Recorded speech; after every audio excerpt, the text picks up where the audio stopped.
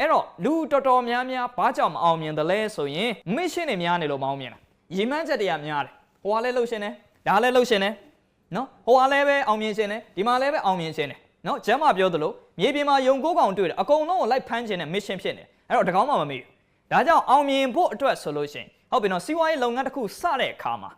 စီးပွားရေးလုပ်ငန်းတစ်ခုစတဲ့အခါမှာမိမိလုပ်ငန်းတစ်ခုမှာတစ်ခုလေးပဲ focus အရေးကြီးတယ်အာရုံစိုက်ပါ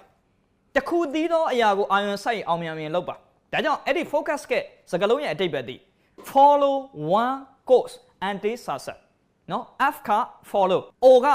one C က course U က until မတိုင်ခင် S က success ဆိုတဲ့သဘောကသင်မအောင်မြင်ခင်မှာ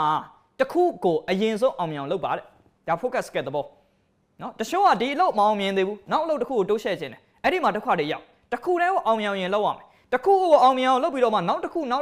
ဒီလိုဆင့်သွားတယ်ဒါကြောင့်ဒီနေ့ရေးကြည့်တာမိမိ mission ကိုရေးဆွဲတဲ့အခါမှာလဲအားလုံးကိုအရေးတကြီးစတို့ကအကြံပြုချင်တာတော့ focus လုပ်ပါစီးပွားရေးမှာ focus ပြောင်းသွားလို့မရဘူးနော်ဟုတ်ပြီနော်ဒါကြောင့်ဒီနေ့ရေးကြည့်တာ focus လုပ်တာမိမိအောင်မြင်ခြင်းနဲ့ပန်းနိုင်ကိုရောက်အောင်အဲ့ဒီအောင်မြင်တဲ့စီမံကိန်းတစ်ခုကိုမဖြစ်မနေအရင်ဆုံးအောင်မြင်အောင်လုပ်ပါဒါဒီပါလဲဆိုရင် mission ရဲ့သဘောဒါကြောင့်ဒီနေ့ရေးကြည့်တာစီးပွားရေးနဲ့ပတ်သက်ပြီးတော့သွားတဲ့အခါမှာလူတိုင်းအားလုံးကိုအားပေးလိုက်ရှင်တာ